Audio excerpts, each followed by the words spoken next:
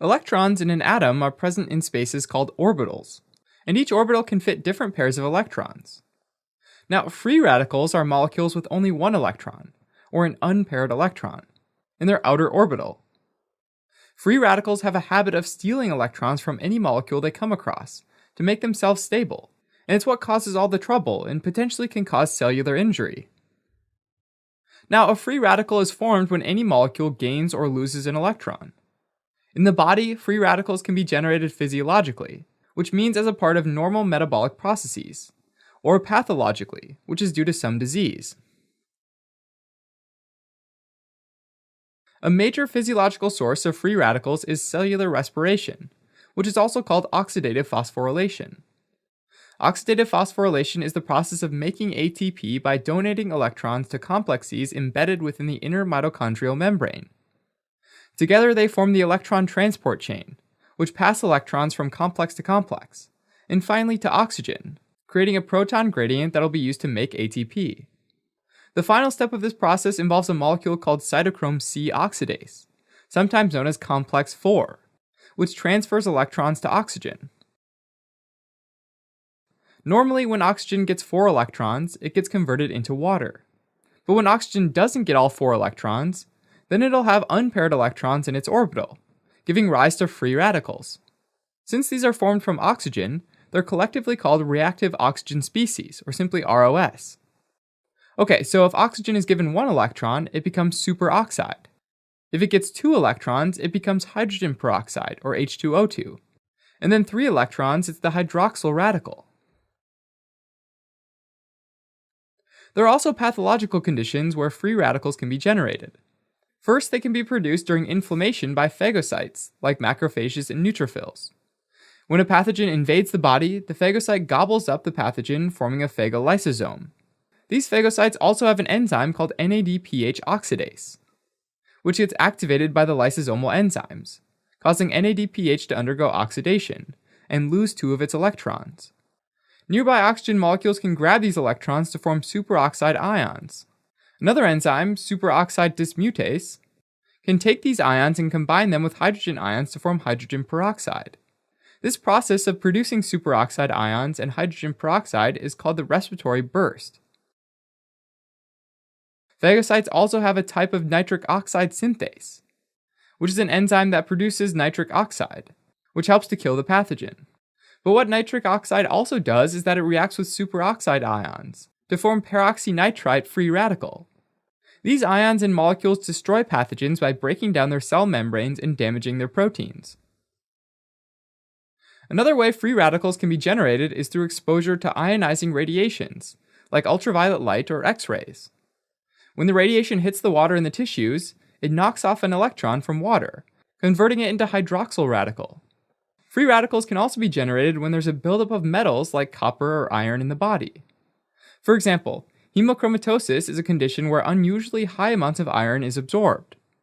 All this extra iron undergoes the Fenton reaction, where molecules of iron 2+ are oxidized by hydrogen peroxide, producing iron 3+ and the hydroxyl radical and hydroxide ion as byproducts.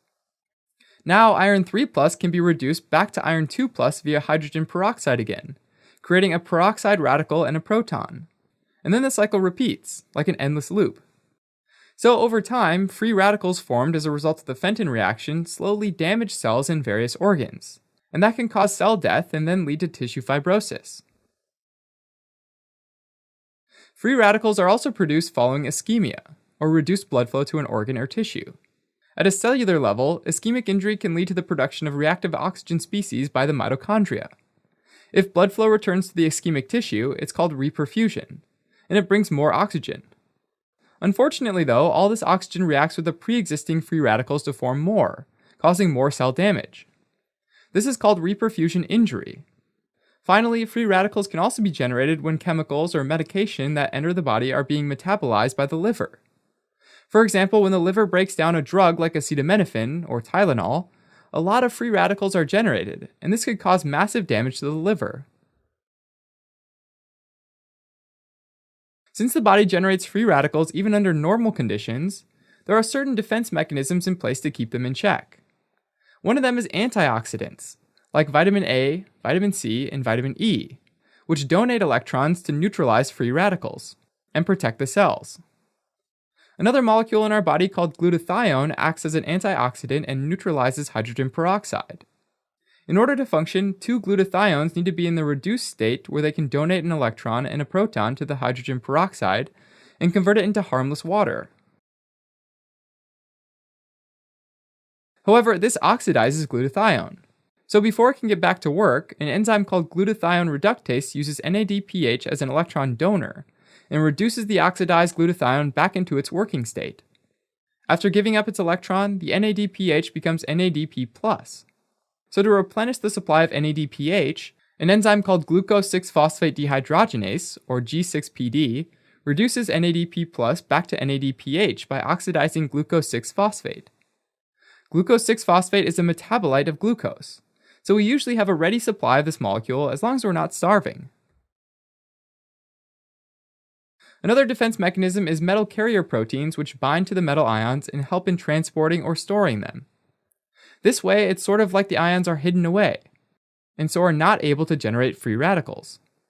For example, transferrin, which binds to iron, and ceruloplasmin, which binds to copper and carry them in the blood.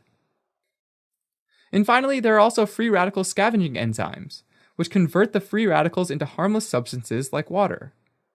Superoxide dismutase takes superoxide and converts it into hydrogen peroxide. Catalase converts hydrogen peroxide into water in peroxisomes, and glutathione peroxidase does the same in the cytoplasm. When the amount of free radicals produced overwhelms the defense mechanisms, cell damage starts to happen. Free radicals can react with the lipids in the cell membrane, causing lipid peroxidation. For example, let's say a hydroxyl radical has attacked this particular lipid molecule. This molecule is now left with an unpaired electron. So it in turn grabs an electron from the next lipid molecule, setting up a sort of chain reaction which ends up damaging the cell membrane. Free radicals can also cause oxidative modification of proteins, which affects the function of enzymes and other structural proteins. Oxidation of DNA can cause breaks in the DNA strands, and can also induce mutations which increase the risk of cancer. Alright, as a quick recap. Free radicals are chemical species with an unpaired electron, which can damage the cells by oxidizing the lipid, proteins, and even the DNA. They're produced in the body physiologically by the electron transport chain, and pathologically during inflammation, exposure to ionizing radiation, metabolism of chemicals or medications like acetaminophen, buildup of metals like iron or copper, and reperfusion of ischemic tissue. Free radicals are normally kept in check by antioxidants, metal carrier proteins, and free radical scavenging enzymes.